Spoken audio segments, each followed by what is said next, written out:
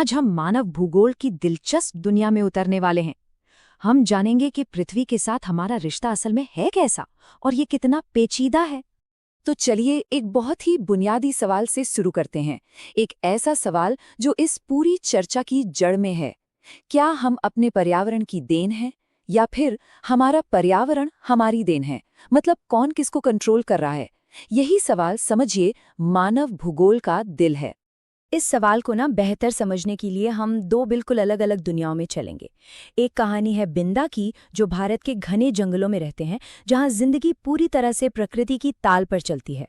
और दूसरी कहानी है कारी की, जो बर्फीले नॉर्वे में रहती हैं, जहां टेक्नोलॉजी ने प्रकृति को काफी हद तक काबू में कर लिया है।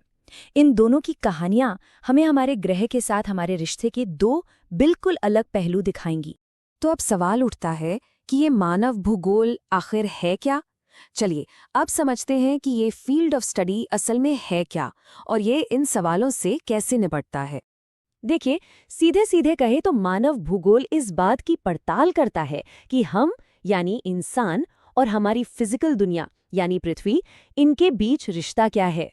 ये जानने की कोशिश करता है कि हमारे समाज और हमारी अर्थव्यवस्थाओं में एक जगह से दूसरी जगह इतना फर्क क्यों है, मतलब सब कुछ एक जैसा क्यों नहीं है। और इसी के बीच में एक बहस छिड़ी हुई है, एक बहुत बड़ी बहस कि बॉस कौन है। क्या प्रकृति हमें चलाती है या हम प्रकृति को चलाते हैं? ये एक ऐसा सवाल है जिसने ज्योग्राफर्स को सदियों से उलझा रखा है। तो आइए इन दो अलग अलग सोच के तरीकों को जरा करीब से देखते हैं। चलिए अपनी कहानी के पहले हिस्से में चलते हैं। एक ऐसी दुनिया जहां प्रकृति ही असली बॉस है, जहां इंसान सिर्फ उसके बनाए नियमों पर चलता है। इस सोच को कहते हैं पर्यावरणीय निश्चयवाद। इसका मतलब है एनवायरमेंटल डिटर्मिनिज्म, मतलब पर्यावरण ही सब कुछ निश्चित करता है, तय करता है। ये मानता है कि आदिकाल में जो मानव समाज थे वो सीधे सीधे प्रकृति के कंट्रोल में थे। इंसान बस प्रकृति के हिसाब से खुद को ढाल लेता था, जैसा पर्यावरण वैसा इंसान। याद है बैंडा? चलिए उनकी दुनिया में वापस चलते हैं।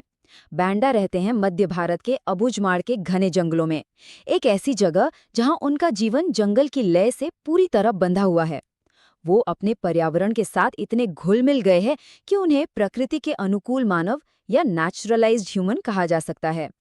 वो और उनके जैसे लोग 3 झोपड़ियों के एक छोटे से गांव में रहते हैं और पूरी तरह से प्रकृति पर निर्भर हैं। और बात सिर्फ निर्भरता की नहीं है।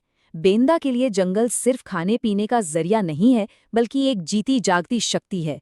जब वो किसी झरने से पानी पीते हैं तो जंगल की आत्मा लोई लुगी का शुक्रिया अदा करते हैं। यहाँ प्रकृति को पूजा जाता है, उसका आदर किया जाता है। वो सचमुच माँ प्रकृति है। तो ये थी एक दुनिया। अब चलिए सिक्का पलटते हैं और चलते हैं एक बिल्कुल अलग दुनिया में। एक ऐसी दुनिया जहां इंसान ने बागडोर अपने हाथों में ले ली है। इस सोच को कहते हैं संभववाद यानी पॉसिबिलिज्म।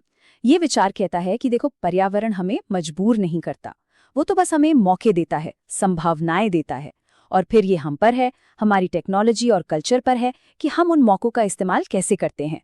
इसे प्रकृति का मानवीकरण भी कहते हैं। और इन संभावनाओं को समझने के लिए अब मिलते हैं कारी से।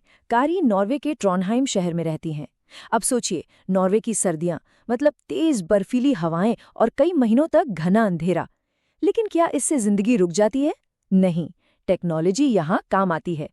कारी की पावरफुल कार में खास टायर्स लगे हैं और हेडलाइट्स हमेशा ऑन रहती हैं ताकि वो इन मुश्किल हालात से निपट सके। और सिर्फ कार ही नहीं, उनकी पूरी दुनिया टेक्नोलॉजी से बनी है। वो जिस यूनिवर्सिटी में काम करती हैं, वो एक बहुत बड़े कांच के गुंबद के नीचे है। ये गुंबद बाहर की बर्फ और ठंड को अंदर नहीं आने देता। ऑफिस का तापमान हमेशा 23 डिग्री सेल्सियस पर सेट रहता है, एकदम आरामदायक। बाहर चाहे जो भी हो, अंदर सब कुछ कंट्रोल में है। प्रकृति को काबू में कर लिया गया है। तो अब देखिए, हमारे सामने दो एकदम अलग तस्वीरें हैं। एक तरफ बेंदा की दुनिया जहां प्रकृति ही सब कुछ है, ये है पर्यावरणीय निश्चयवाद। और दूसरी तरफ कारी की दुनिया जहां इंसान ने टेक्नोलॉजी से प्रकृति पर काबू पा लिया है, ये है संभववाद। पर सवाल ये है कि क्या इन दोनों के बीच कोई रास्ता नहीं है? क्या कोई मिडिल ग्राउंड है? और बिल्कुल है। यहीं पर एक तीसरा और ज्यादा बैलेंस्ड नजरिया सामने आता है। एक ऐसा नजरिया जो इन दोनों के बीच एक पुल बनाने की कोशिश करता है। एक ज्योग्राफर थे ग्रिफिथ टेलर। उन्होंने एक बीच का रास्ता सुझाया। उन्होंने कहा कि देखो, न तो हम पूरी तरह से प्रकृति के गुलाम हैं और न ही हम इतने आज़ाद हैं कि जो मन में आए वो कर लें। मतलब न तो एब्सोल्यूट नेसेसिटी है, न ही एब्सोल्यूट फ्रीडम। सच्चाई कहीं बीच में है। और इसे समझाने के लिए उन्होंने एक बड़ा ही शानदार उदाहरण दिया, ट्रैफिक लाइट का। सोचिए, लाल बत्ती मतलब रुको, ये प्रकृति की सीमाएं हैं जिन्हें हम तोड़ नहीं सकते। पीली बत्ती मतलब तैयार हो जाओ, यानी आगे बढ़ने से पहले देखो कि पर्यावरण पर क्या असर पड़ेगा। और हरी बत्ती मतलब जाओ, जब प्रकृति इजाजत दे तब विकास करो। तो मतलब साफ है, विकास करो पर प्रकृति के नियमों को मानकर। तो इसका लक्ष्य क्या है? लक्ष्य है एक बैलेंस बनाना, प्रकृति की सीमाओं के अंदर रहते हुए ही नई संभावनाएं बनाना, और ये पक्का करना कि हम अपने पर्यावरण को कोई बड़ा नुकसान ना पहुंचाएं। सुना है ना सस्टेनेबल डेवलपमेंट? ये सोच बिल्कुल वैसी ही है। अच्छा, तो ये तो हो गई बुनियादी बातें, लेकिन इन विचारों से आज का मानव भूगोल कैसे बना? चलिए एक नज़र डालते हैं कि ये फील्ड समय के साथ कैसे बदला है। देखिए, ये सफ़र काफ़ी लंबा रहा है।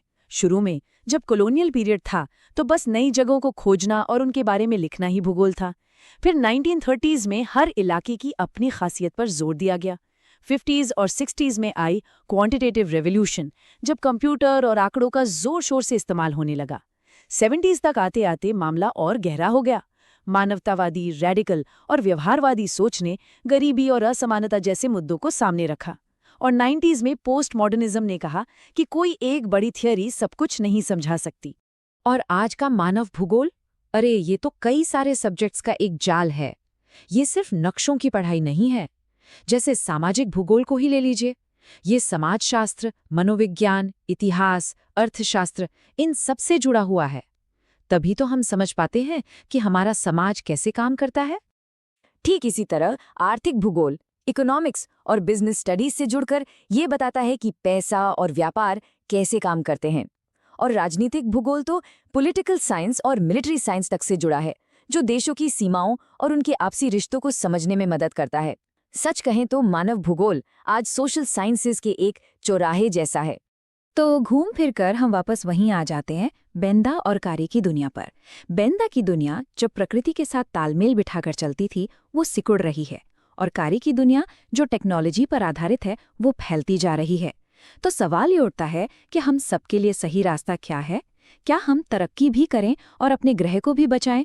ये मुमकिन है? हमारे भविष्य के लिए सही संतुलन क्या होगा? ये सिर्फ भूगोल का सवाल नहीं है, ये हम सबके सोचने का सवाल है।